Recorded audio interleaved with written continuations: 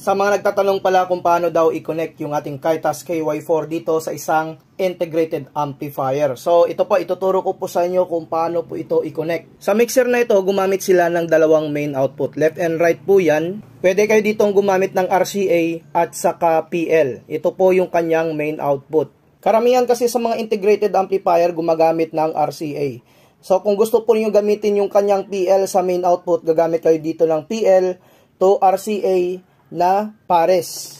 At saka kung gagamit naman kayo ng RCA po niya, syempre gagamit po kayo dito ng RCA to RCA na pares din. So naka-color coding po tayo dito.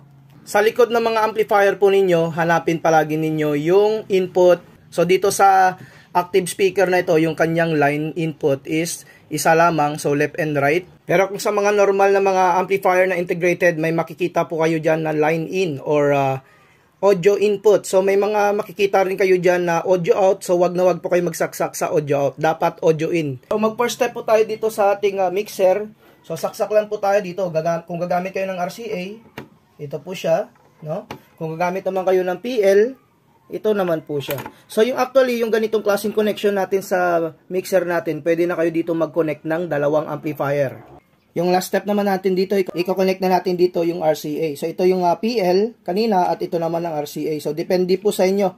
So kung dual amplifier na po kayo, pwede nyo itong pagsabayin. So ito po yung naka-PL po natin. So magsaksak po tayo dito sa line in ng amplifier. Ayan. Right and left. So connected na po yan. So ready to sound check na po kayo dyan. Ganyan lamang kasimple yung pag-connect ng ating mixer. So yun nga yung connection natin dito sa Kaitas na KY4 na mixer papuntang amplifier. So sa mga gusto mag-avail nito, pakiclick lamang yung ating yellow basket.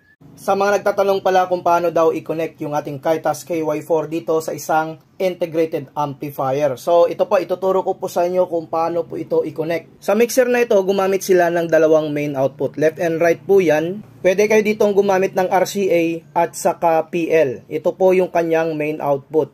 Karamihan kasi sa mga integrated amplifier gumagamit ng RCA. So kung gusto po niyo gamitin yung kanyang PL sa main output, gagamit kayo dito ng PL to RCA na pares. At saka kung gagamit naman kayo ng RCA po niya, syempre gagamit po kayo dito ng RCA to RCA na pares din. So naka-color coding po tayo dito. Sa likod ng mga amplifier po ninyo, hanapin palagi ninyo yung input.